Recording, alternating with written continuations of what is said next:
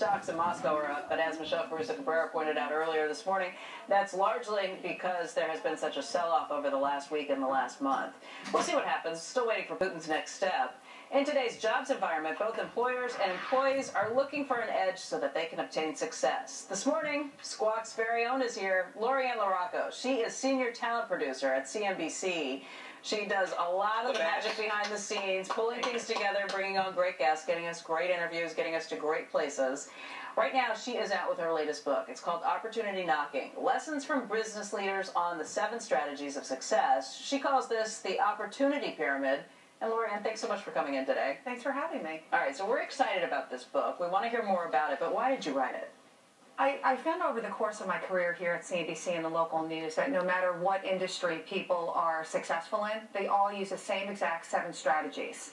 And we even use them every day. So I figured I would break it down into a pyramid and kind of lead the reader into how to use these strategies. What are the 7 strategies? The 7 strategies are, the first one is know yourself. You really need to know your weaknesses and your strengths, because if an opportunity comes your way, you need to know if you can do it or not.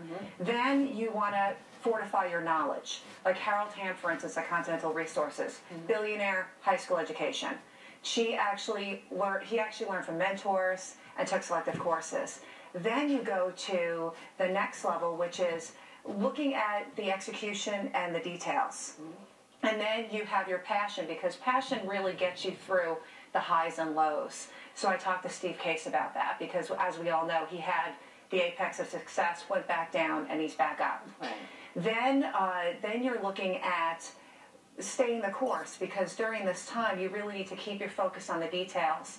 And then finally you have your execution, where you really have to fine-tune, make sure you stick with your strategy, and that's where I talked to David Rubenstein from Carlisle about.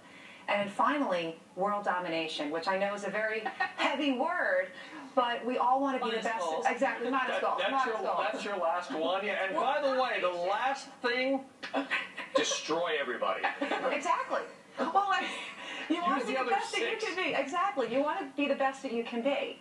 And if you are achieving the success and you create something, why would you want to pass the baton off to somebody else so they become more successful based on what you have created? I noticed, Lorianne, you made it an opportunity pyramid, not an opportunity rectangle, indicating that things at one point will be more difficult than others. Do you see leaders, no matter how great he or she may be, fall off with every step? It's harder and harder and harder. I do, because the basis of it, there are 2 key things. You've got honesty. You have to be honest with yourself. And you can't kid yourself. And also you have to have that culture.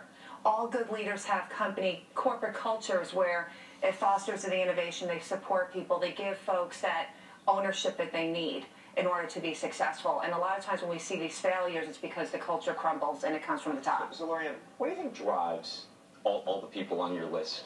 I mean, what is it? And also, they have to be introspective, which is surprising, because I would say we know a lot of people in the business. I wouldn't argue everybody's so introspective, but what do you think it is that's actually sort of propelling all of this? The passion piece of it. It's the compelling vision. They really, truly believe in what they're doing. Like when you look at Alan Mulally of Ford, he took over Ford when it was just horrendous. And he had this epiphany when he saw an ad from 1927 saying, "Opening the highways to all mankind." Every decision that they make at Ford goes back to that ad.